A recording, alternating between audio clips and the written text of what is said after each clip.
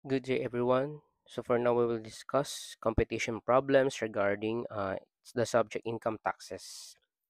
So for problem one, the question is what amount should be reported as current tax expense for the current year? So before we start discussing how to compute current tax expense, balikan natin yung proforma journal, proforma uh, computation natin.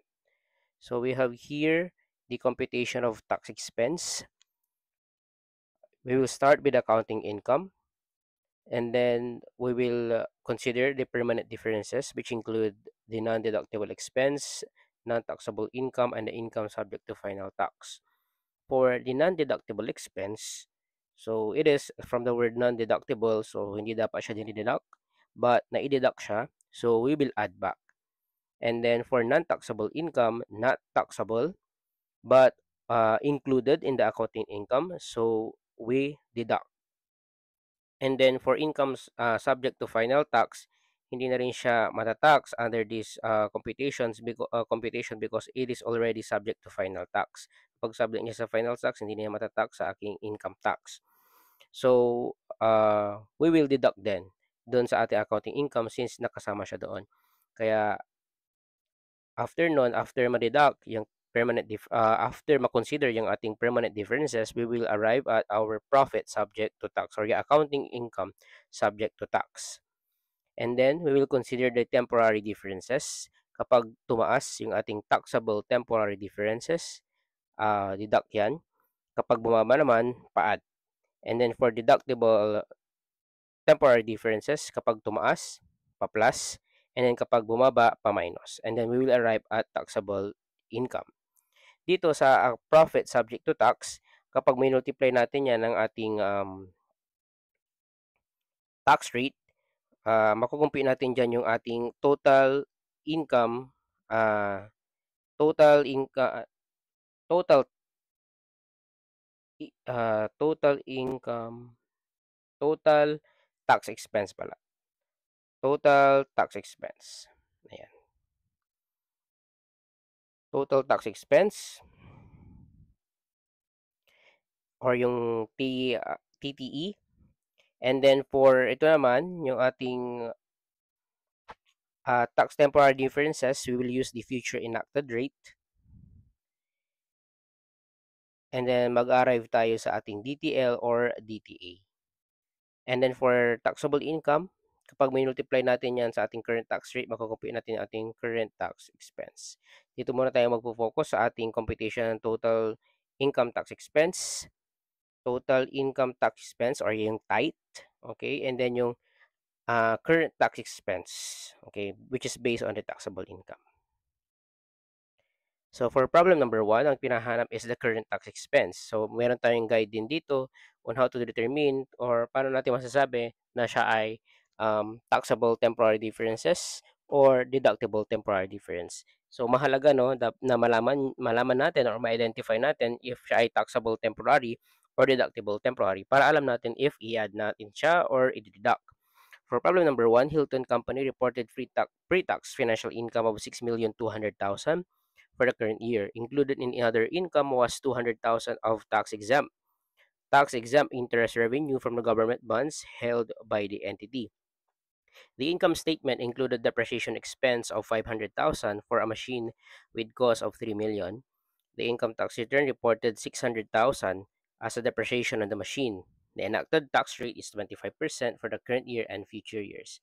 What amount should be reported as the current tax expense for the current year? So we will start with the financial income. Magkano nga ba ang ating financial income?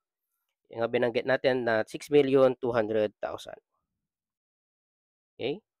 And then, consider natin yung ating permanent differences, which is, una dyan is yung ating, ito, yung tax-exempt interest revenue. So, since revenue siya, kasama siya sa income, naidagdag siya doon, which is hindi naman dapat because siya ay tax-exempt, so hindi siya kasama dapat sa itatax. So, ibawas natin. O, i-deduct natin, di ba? Yung ating 200,000. Ayan. And then, yung kasunod niyan is I think wala na tayong i-consider na baba muna natin 'to. Wala na tayong i-consider na, permanent difference, yun lang. So mako-compute na natin yung accounting income subject to tax, which is 6,000,000. Pero hindi pa tapos yung ating computation since ang hinahanap is current tax expense. Next is yung ating depreciation. So ang nangyari sa ating depreciation is mas, malaki yung depreciation for income tax return as compared dun sa ating 500,000 na included sa ating, financial income. So ang nangyari, compare natin taxable income and financial income. Yung depreciation daw sa under ng tax return is 600,000 while 500,000 naman sa ating financial income. So kung titignan natin, since mas malaki yung naibawas, okay? Since mas malaki yung naibawas under the income tax return which is 600,000, may excess tayong 100,000. Ibig sabihin nun, dito, sa carrying amount ng asset, okay? Sa carrying amount ng asset, since mas malaki yung naibawas sa ating income tax return, mas maliit, no? Mas maliit yung ating carrying amount ng asset ng taxable ng ating sabihin nating tax base na lang. Tax base and comparing with the carrying amount, okay? Ayan. Since mas, 'di ba, depreciation nito, okay? Since mas malaki ng 100,000 ang difference, mas malaki yung naibawas sa ating income tax return as compared sa ating financial income. Ibig sabihin, mas malaki yung ating carrying amount when it comes to financial income as compared to the tax base. So, ibig sabihin, papasok siya dito, kung titignan natin, dito siya papasok sa ito. Ayan. Yung asset carrying amount is greater than the tax base. Kasi nga, depreciation yon, expense yon, pabawas. So, kung nung binawas natin, okay, mas malaki yung bawas sa income tax return as compared sa financial income. So, kung kukumpitin natin, mas malaki din yung carrying amount ng ating financial income as compared sa tax base. So, dito siya, carrying amount is greater than the tax base. So, since under siya ng TTD or yung taxable temporary difference, yung 100,000 na ating yung excess or yung difference nilang dalawa will be deductible. Deduct. Bakit deduct? Kasi nag-increase yung ating taxable temporary difference. 'Di ba? Pag nag-increase yung ating taxable temporary difference, pa-minus siya. Okay. So, ayan. So, ang difference niyan is 5,900,000. Is that the answer? Hindi pa.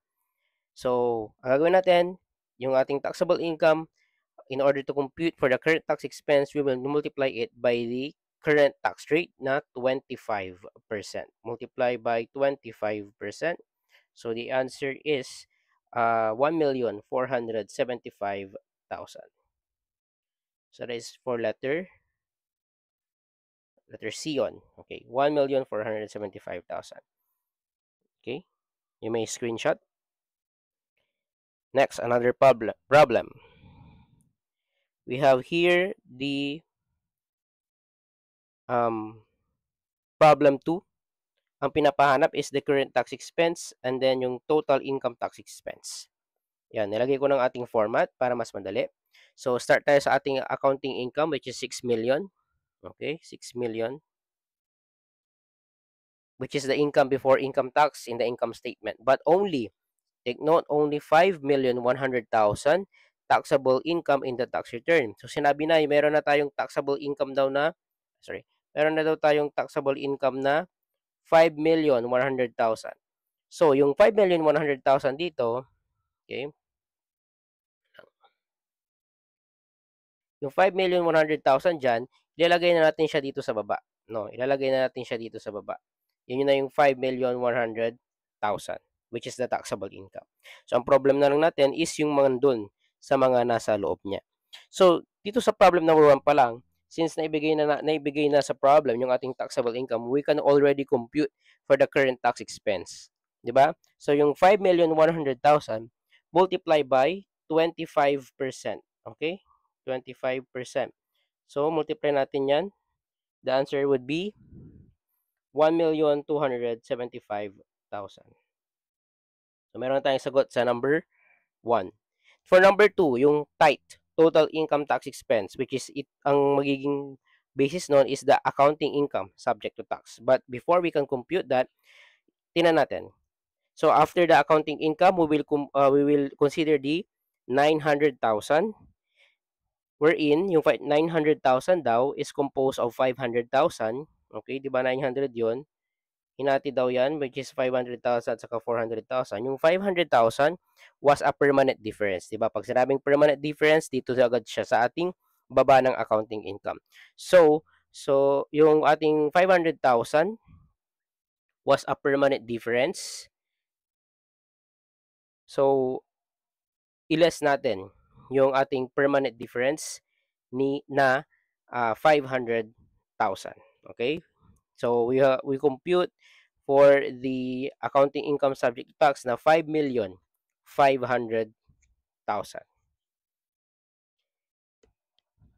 And then, I think tapos na tayo doon. No, 25% din to. So, the answer is 1,375,000. Tapos na tayo sa ating problem. Pero tingnan natin yung iba. Yung 400,000 was a temporary tax liability. So, pag sinabing taxable temporary liability, that is DTL. Tumaas yung DTL, so pa-minus. So, pa-minus ito. No? Pa-minus yung ating 400,000. Kaya, na-compute natin itong 5,100,000. So, kung titignan natin, anong tawag dito? Sumakto yung 5,100,000 dito. Ibig sabihin, tama yung ating computation dito sa ating taas. Tama na pa-minus yung 400,000 na taxable temporary difference kasi nag-arrive tayo sa ating taxable income na 5,100,000. And then, tama din na minus natin yung ating permanent difference. Even though hindi siya mention kung deductible siya or taxable siya, based on the problem, di ba, we can squeeze, di ba, na pa-minus yung ating 500,000 dyan para maka-arrive tayo sa ating 5,500,000. Okay? Number 3. For number 3, total income tax payable naman ang pinapahanap. Okay? Income tax payable. Okay? Which is also the current tax expense. And then yung ating total tax expense. So for number 1, start tayo sa ating accounting income which is 5 million. Okay, 5 million. 5 million daw. Included. Okay, included in the pre-tax financial income are 900,000 non-taxable life insurance proceeds. So, ibig sabihin, nakasama daw dito sa ating this is 5 million. Naisama daw sa ating 5 million yung ating non-taxable insurance proceeds. So, since non-taxable siya, proceeds siya, so income yon. So, ibawas natin yung ating 900,000. And then, add yung ating non-deductible insurance premium, which is 1,200,000. Ayan. So, mag-arrive tayo sa ating accounting income subject to tax na minus ito, 4,300,000. Yan yung ating accounting income subject to tax. And then, how about yung 200,000 na life insurance premium for a policy of an officer?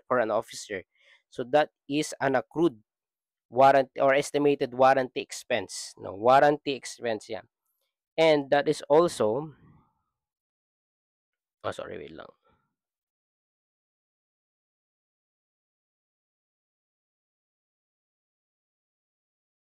Okay. Ang nangyari dyan, ito siya, estimated warranty expense, ang nangyari, accrued.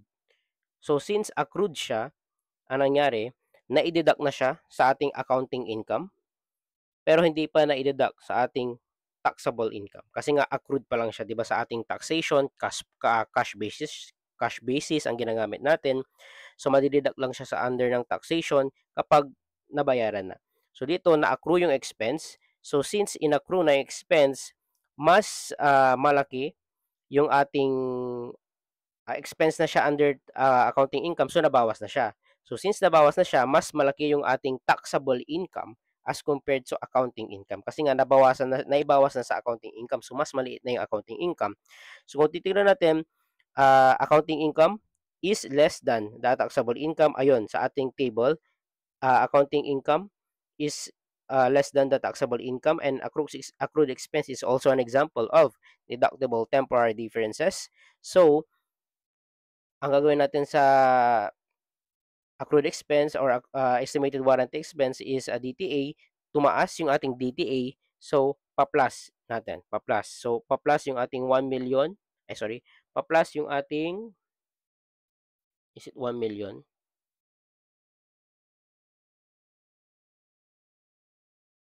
Sorry, wait lang. Tama. Okay. For a while lang.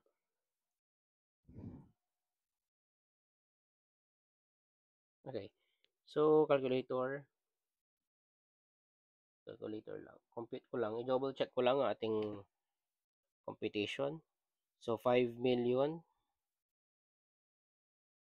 minus 900,000 plus 1,2. 5,300,000 dapat. Wait lang. 5,300,000. Should be 5,300,000 ito. Tama ba? And then, i-add back natin yung 200,000. Okay? So, ang ating accounting income, accounting income, taxable income would be 5,500.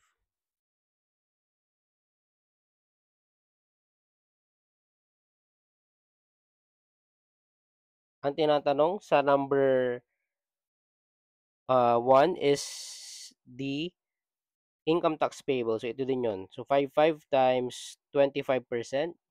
Lagi bang 25% yan, sir? Hindi naman. Depende sa problem kung ano yung binigay. So, that would be 1,375,000. Ito yon, letter dog. For number 2, total tax expense. Dito siya nakabase sa ating accounting income subject to tax, 5,300. 5,300 times 0.25, 1,300,000. Sorry. Tama ba? 4,300. Wait lang. 5 million. I think may problem. May ano. Wait lang. 900,000 plus 1 million. Tama ba? 1,200,000.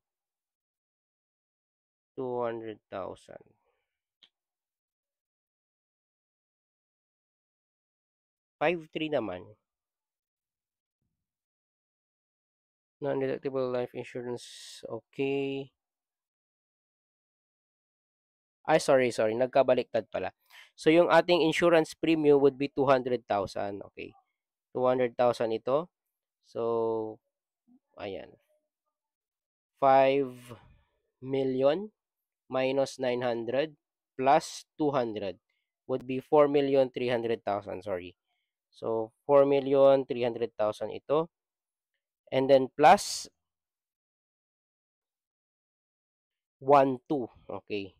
Plus 1,200. 4,300 plus 1,200 would be 5,500. Tama yung 5,500. So, ito lang. 4,300 times 25%. 4,300 times 25% is 1,075,000. 1,075,000. So, that would be letter B. Okay? Ayan. Ulitin natin, accounting income is 5 million, less than non-taxable insurance proceed na include siya. So, pawas natin yung 900,000. I-add natin yung 200,000 life insurance premium. So, that is non-deductible insurance premium plus mo yung 200,000, we will arrive at accounting income subject to tax na 4,300,000. And then, yung ating estimated warranty expense na inaccrue. So, since inaccrue siya, naibawas na siya sa ating accounting income. So, yung ating accounting income is less than the taxable income. We will have a deductible temporary differences. So, nagkaroon tayo ng DTA increase. So, pa-add plus 1,200,000. That would be 5,500,000. And then, multiply natin sila ng ating current tax rate na 25%. We will arrive at 1,375 for taxable for the income tax payable, and total tax expense naman is 1,075,000. Ayan. Next, number 4. Okay. Dito naman is meron tayong halos same naman. Kukompare lang naman natin yung ating tax return at saka accounting record. So problem 1, current provision, also known as current tax expense din yan. We will start with accounting income, that is 6 million. And then yung ating permanent differences, kasama dyan yung ating payment of penalty. So hindi yan part ng ating accounting income. So since nagbayad tayo, hindi dapat since nakasama siya dun sa ating accounting income, so nagbayad tayo ng penalty, so i-add back natin yon kasi naibawas natin. So plus 10,000, and then yung premiums din plus 90,000. That is binayad kasi natin yan. So we will arrive at accounting income subject tax 6,100,000. Pwede natin i-compute yung ating total tax expense, which is 61 times 25%, 1,525,000. How about yung ating rent income? Ano nangyari dyan? So rent income, so titignan natin, mas mataas yung ating accounting record kaysa sa tax return. So kapag nagkaganon, mas mataas yung ating accounting income, titignan natin dito, accounting income is greater than the taxable income, so meron tayong taxable temporary difference. So, pamahinus yon kasi tumaas yung ating deferred tax liability, minus 50,000. And then yung excess depreciation, like we have example earlier, since mas malaki yung depreciation sa ating taxable income, mas malaki yung naibawas sa kanya. So yung current yung tax base is less than the carrying amount. Mas malaki yung carrying amount ng asset under the accounting income as compared sa taxable income. So pasok siya dito din sa ating TTD or yung taxable temporary difference. So yung excess na 60,000, pa-minus din siya kasi nagkaroon tayo ng increase in DTL, minus 60,000. So the answer would be 5,990,000 multiplied by the tax rate of 25, 1,497,500. And then for the last problem, ito din, current tax expense and total tax expense. So start with accounting income din pa rin, 6 million. And then yung ating permanent difference, which includes the tax exempt interest revenue. 'Di ba? Hindi siya tax exempt siya, pero nakasama siya, i-minus natin. I-minus natin. Minus 250,000. And then, yung ating premium na binayaran din natin, which is 150,000, i-add back natin yan. We will arrive at accounting income subject to tax na 5,900,000. Pwede natin i-compute yung ating current tax expense, sa total tax expense, which multiply natin ng 25%, 1,475,000. The answer is letter A. And then, yung ating doubtful account expense. 'Di ba? Kung i-compare natin yan sa ating accounting record, yung ating doubtful account expense,